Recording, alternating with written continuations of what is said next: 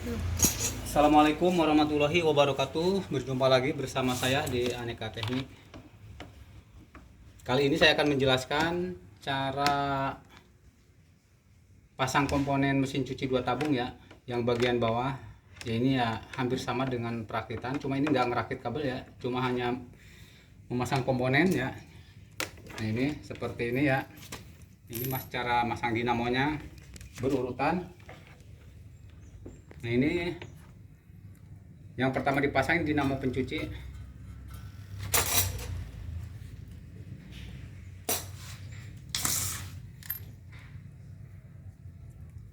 Lalu kita pasang bautnya.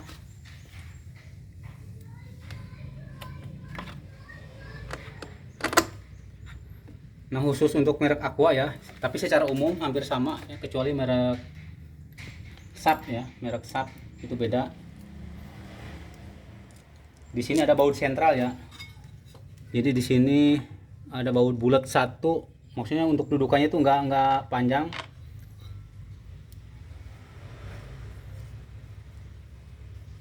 Nah kalau di sini kan memanjang ya dudukannya di bawah ini ya, jadi bisa digeser-geser ya untuk penyetelan. Nah kalau ini enggak. Nah kita pasang bautnya ya.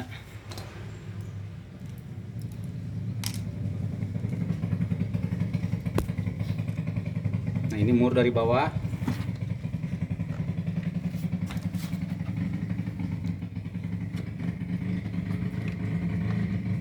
Nanti kalau untuk pengencangannya nanti setelah terpasang ini ya, soalnya nanti ada setelan disesuaikan dengan panbel.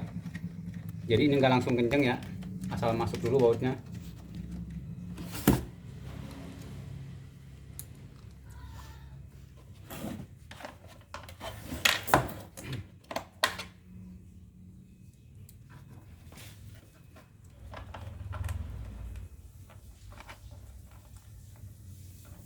Nah, ini cukup diputar pakai tangan aja. Jadi jangan langsung kencang ya, nanti untuk pengencangan setelah bodi terpasang semua. Jadi menyesuaikan dengan panbel, kalau panbelnya terlalu kendor nanti bisa digeser-geser.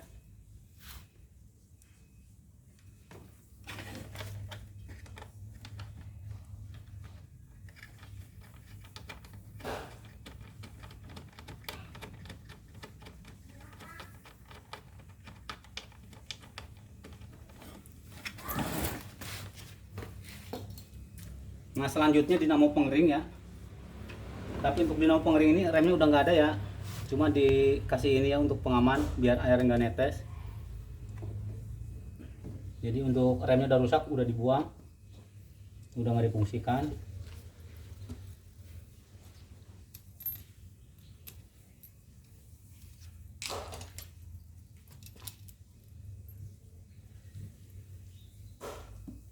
Nah ini dibaut ya pakai baut sekrup.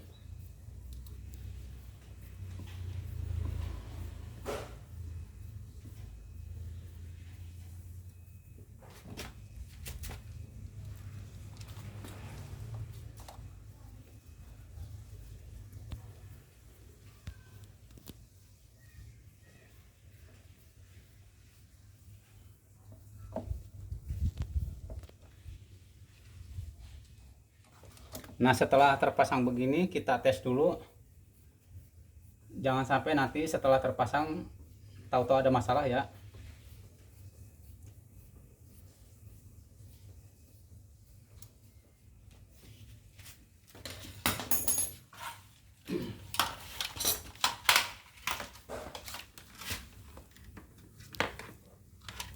Nah kita pasang dulu bagian kabel sentralnya ya, untuk kabel setrum masuk nih yang hitam ya, untuk pengering yang hitam, yang ini juga yang hitam.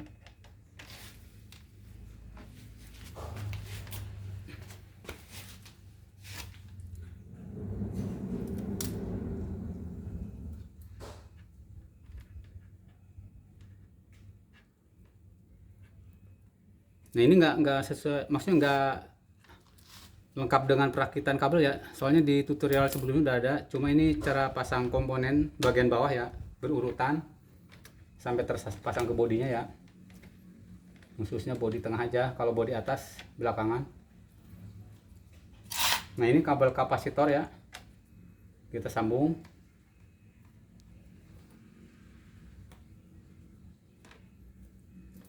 Nah ini kapasitor bagian pengering ya, dinamo pengering.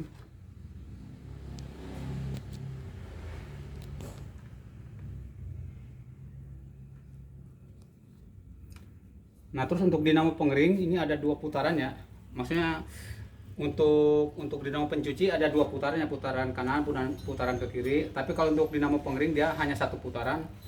Cuma kita tinggal pilih ya, mau putaran ke kanan apa putaran ke kiri. Jadi untuk dinamo pengering tuh ya nggak semuanya sama ya. Ada putaran ke kiri yang kenceng, ada putaran ke kanan yang kenceng gitu. Jadi salah satunya agak kurang kenceng ya. Jadi kalau posisi di gulungan ini dia gulungan paling luar ya. Gulungan paling luar. Nah, setiap mesin cuci itu beda-beda. Ada putaran ke kanan, ada putaran ke kiri. Contohnya untuk merek SAP dia putarannya ke kanan ya, nih ke sini. Tapi untuk secara umum kayak merek Aqua, untuk merek Polytron ya dia ke kiri ya. Nah, kalau untuk putaran ke kiri ini untuk merek, cuma ini udah servisan di dinamonya ya. Cuma untuk ininya sama. Nah, ini warna abu-abu. Dia untuk putaran ke kiri ya. Jadi nanti yang terpasang yang nyambung ke kabel timer untuk putarannya ini kabel abu-abu ya. Kalau untuk kabel ini dia agak kurang kenceng. Nah kita tes ya. Ya kita pertama tes dinamo pencuci dulu ya.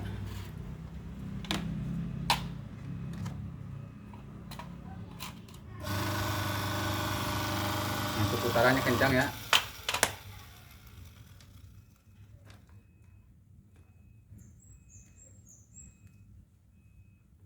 Sekarang kebalikannya, putaran kebalikannya.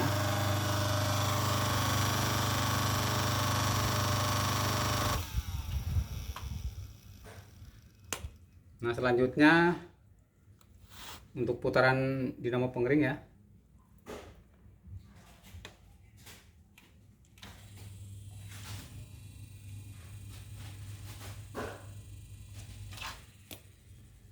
Oh ini maaf ya, kalau untuk ini karena ini bekas dinamo bukan Aqua ya, bekas SAP tadinya, jadi dia putarannya ke kanan ya untuk putarannya.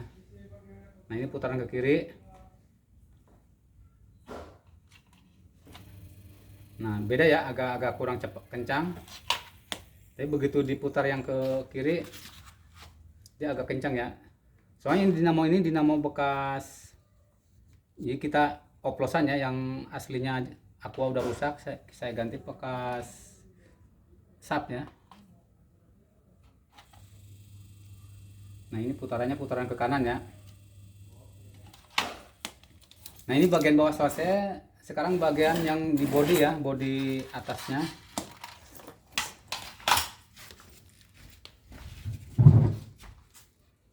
Nah ini bagian bodi ya.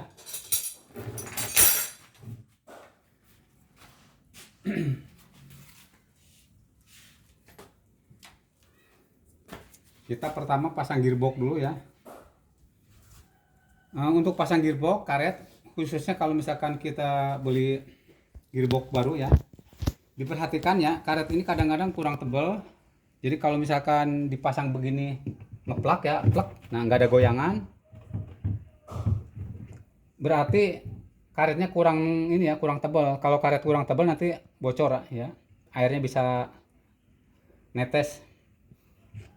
Nah kita pasang karet ya,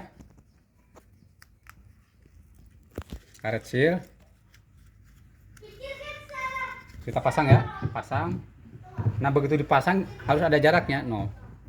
Nah ini ada jarak, digoyang-goyang tidak goyang ya. Beda dengan tadi, kalau tadi langsung ngeplak. Nah kalau langsung ngeplak biasanya bocor. Nah harus begini ya. Nanti dia rapatnya setelah dibaut.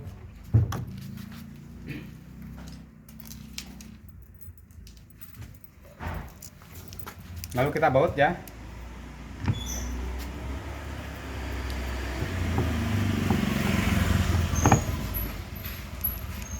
Nah ini dipastikan nggak bocor ya, karena masih ada jarak, maksudnya masih,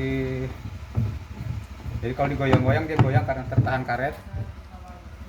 Nanti setelah dikencangkan dia rapet ya. Jadi untuk menghindari kebocoran, kalau kita ganti gearbox baru hati-hati ya, kadang-kadang karetnya kurang kurang tebal. Kalau nggak emang bukan gearboxnya itu nggak ini ya, kalau dengan aslinya emang beda dia, kadang-kadang kurang ini, begitu dipasang kadang-kadang masih ada kebocoran.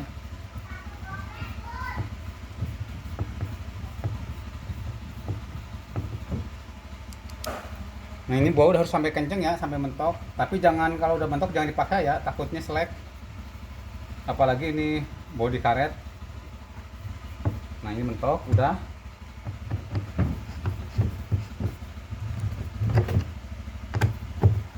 dikencengin semua ya. Nih asal udah mentok udah ya, jangan terlalu dipaksa, kalau dipaksa nanti bisa selek.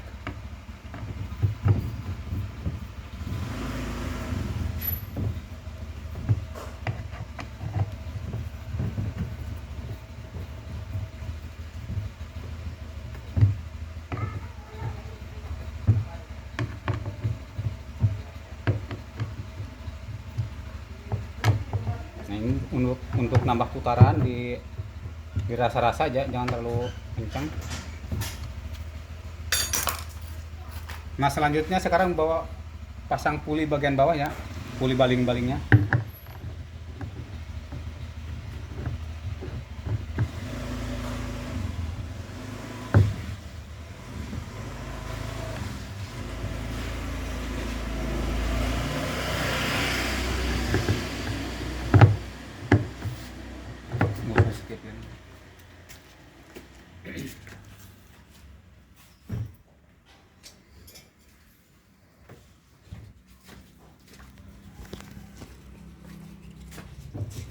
Ini kurang masuk ya, karena tadi bekas digetok, ini tadi bekas dibongkar, jadi ada bekas getokan.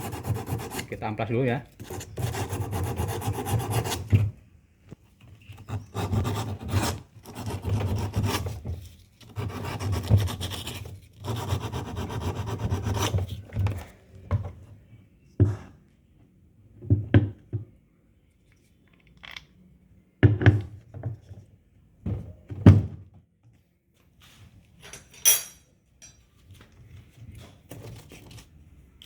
Ya, lalu kita kencangkan bautnya.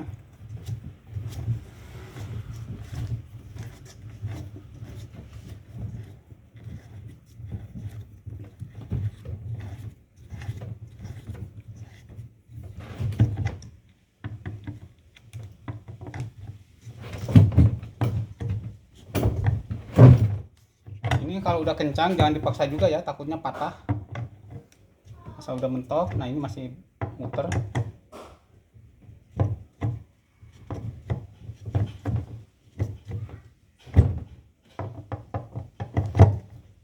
Ya udah cukup ya, udah mentok.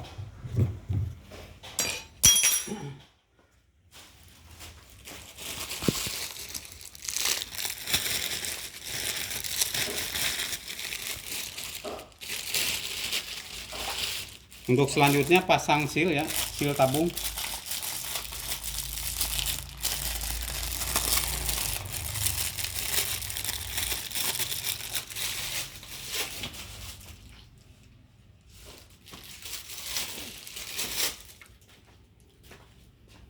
Nah ini bukan aslinya ya, kalau aslinya dia nggak pakai drat, sistem soket. Nah ini dimasukin dari bawah ya, cukup diraba aja ya.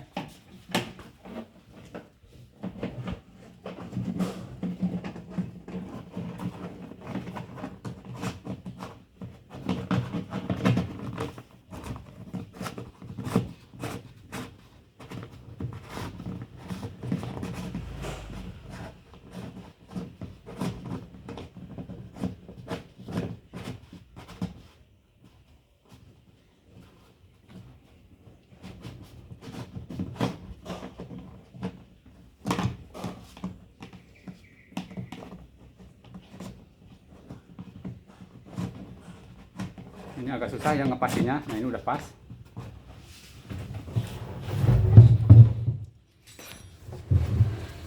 Nah kalau untuk seal, drat seal ini dia arah putaran ke kiri ya. Kalau ngencengan kan ke kanan mestinya.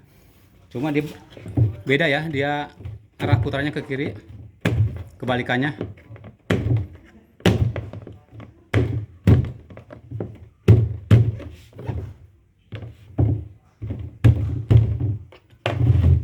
Nah ini di bodinya kan ada garis ya, garis. Jadi antara ini sama ini ya harus hampir sama lah, jangan sampai miring ya, harus pas.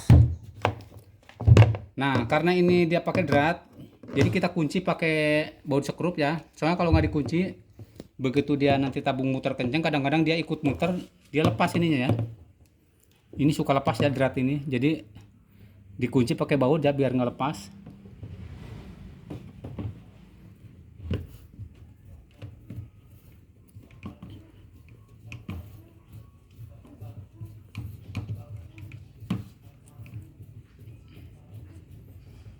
Ini udah selesai, tinggal satu lagi selang ya.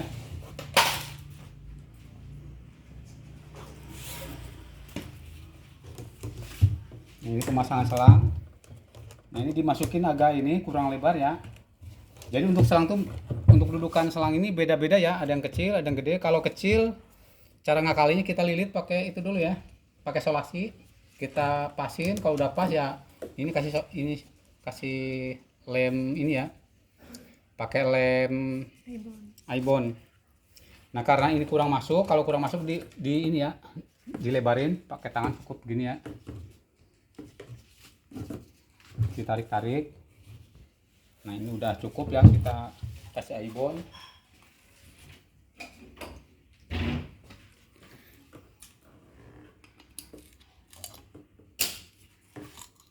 Cukup dicelumkan aja begini ya, celumkan.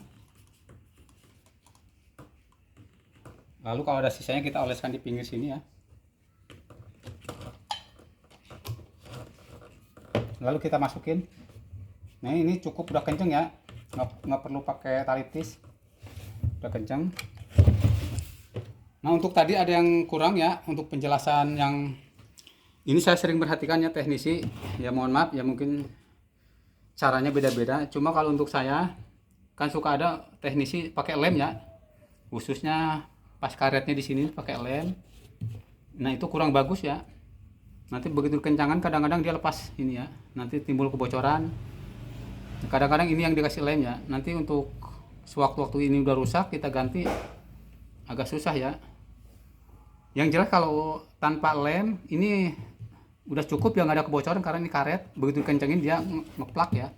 Ya termasuk gearbox, saya sering merhatiin ya, ada yang suka pakai lem. Nggak perlu ya, nggak perlu pakai lem ya, cukup karetnya aja yang agak tebelan, dia ngeplak udah nggak bocor ya. Nah selanjutnya kita pemasangan bodinya ya, bodi bawah.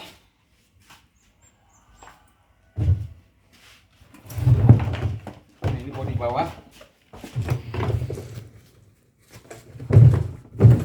Jadi untuk dinamo pengering diarahkan ke sini ya, jadi biar lurus.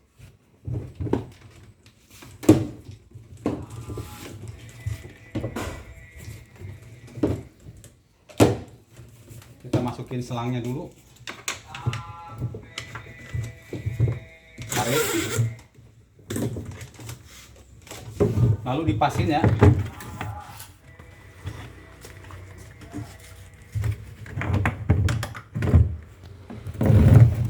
Nah ini harus ngeplak, nah ini udah ngeplak ya, tinggal ngebaut. Nah untuk selang di sini ada dudukan. Cara masukinnya ini di apa namanya, dikempesin gini ya,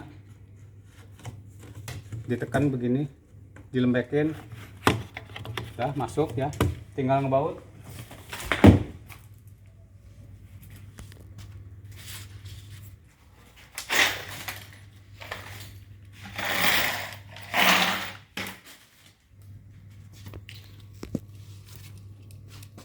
Yang pertama baut di sini dulu ya. Nah ini kalau kita ngebaut bodi mesin cuci ya, secara umum untuk bodi dudukan baut bawah itu agak dalam, jadi kita perlukan obeng yang panjang. obeng yang panjang dan yang ada lapisan magnetnya ya. Jadi untuk ujung obeng itu ada lapisan magnet ya. Soalnya kalau nggak ada lapisan magnet dia nggak bisa di ini ya, suka jatuh ya, nggak, kurang nempel.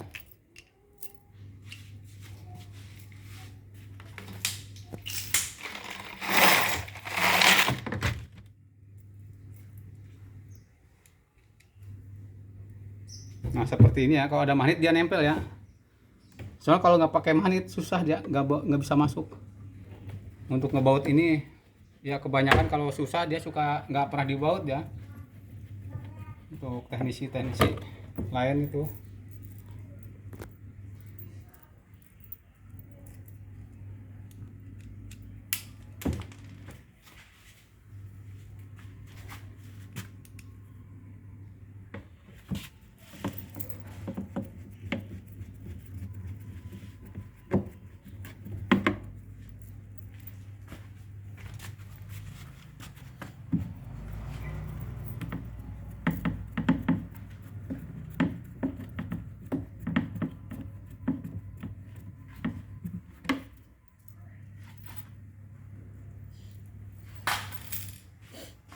Tinggal yang belakangnya.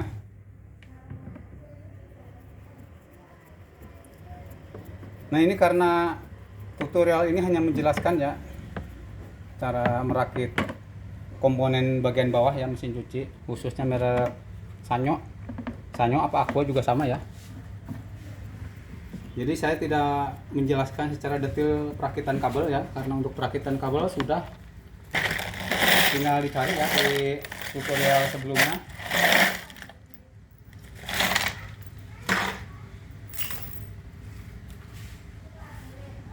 Nah ini untuk perakitan